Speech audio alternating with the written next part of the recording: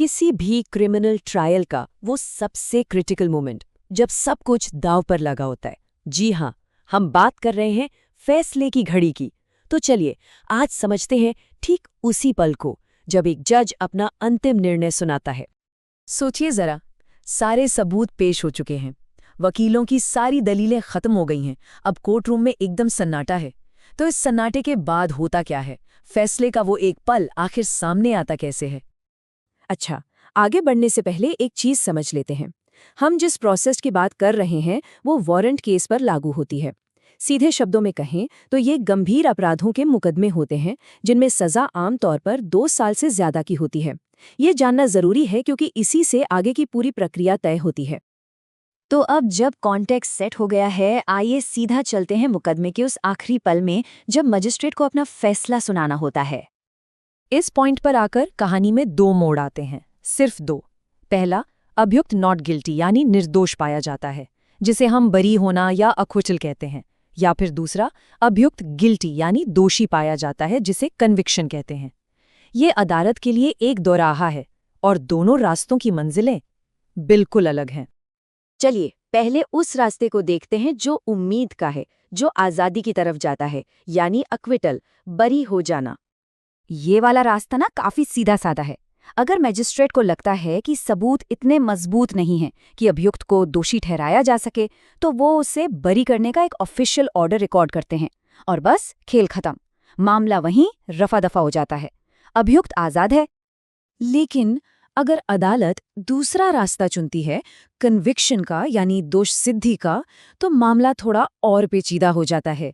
इस रास्ते के अपने अलग नियम हैं और अपने अलग पड़ाव हैं। यहाँ पर 2 अलग-अलग स्टेज हैं। पहली, मजिस्ट्रेट अभियुक्त को दोषी करार देता है, लेकिन रुकिए, सजा तुरंत नहीं सुनाई जाती। इसके बाद आता है दूसरा स्टेज, सजा कितनी होगी, इस सवाल पर एक अलग सुनवाई होती है।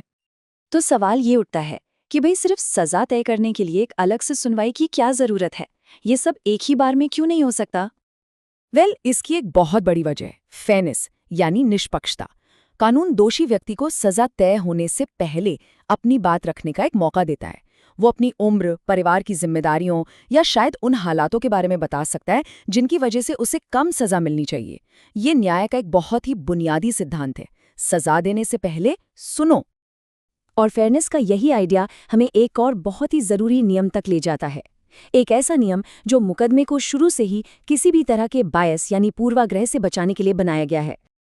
कानून में किसी भी अभियुक्त के पिछले क्रिमिनल रिकॉर्ड को लेकर एक बहुत ही सख्त नियम है। आप इसे एक तरह से ताले में बंद जानकारी समझ सकते हैं। कानून इस बारे में क्या कहता है वो बिल्कुल क्रिस्टल क्लियर है। सेक्शन 271(3) का एक हिस्सा साफ साफ कहता है कि प्रोसिक्यूशन किसी भी पिछली सजा का जिक्र तब तक नहीं कर सकता जब तक कि अभियुक्त को मौजूदा केस में दोषी न ठहरा दिया जाए। तो ये काम कैसे करता है? स्टेप 1, मजिस्ट्रेट को सिर्फ और सिर्फ मौजूदा केस के सबूतों के आधार पर फैसला लेना होगा कि अभियुक्त दोषी है या नहीं।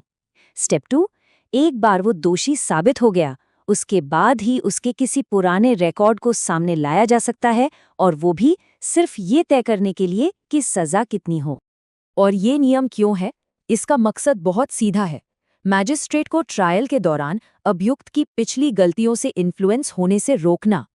देखिए, ये ह्यूमन नेचर है कि अगर हमें पता चले कि कोई पहले भी ऐसा कुछ कर चुका है तो शायद हम मान लें कि इस बार भी उसी ने किया होगा। ये नियम इसी इंसानी पूर्वाग्रह पर रोक लगाने के लिए है। तो आखिर में ये सब हमें बताता क्या है? ये बताता है कि कानून की जो प्रक्रिया है ये सिर्फ कुछ नियम नहीं है, बल्कि ये हर इंसान के लिए एक सुरक्षा कवच है। इस पूरी बातचीत से 3 मेन बातें निकलकर आती हैं। पहली, फैसले में फेयरनेस, दोष सिर्फ मौजूदा सबूतों के आधार पर तय होगा। दूसरी, सजा में फेयरनेस, सजा सुनाने से पहले हर किसी को अपनी बात रखने का हक है। और तीसरी, सबसे जरूरी, पूर्वाग्रह से सुरक्षा, किसी का अतीत उसके आज के मुकदमे पर हावी नहीं हो सकता। और ये हमें एक बहुत गहरे सवाल पर लाके छोड़ देता है। कैसे नियमों की एक सख्त किताब ये पक्का करती है कि एक कोर्टरूम मौलिक रूप से निष्पक्ष बना रहे? शायद न्याय कोई बहुत बड़ा आइडिया नहीं है, बल्कि इन छोटी छोटी प्रक्रियाओं को पूरी ईमानदारी से निभाने का ही दूसरा नाम है।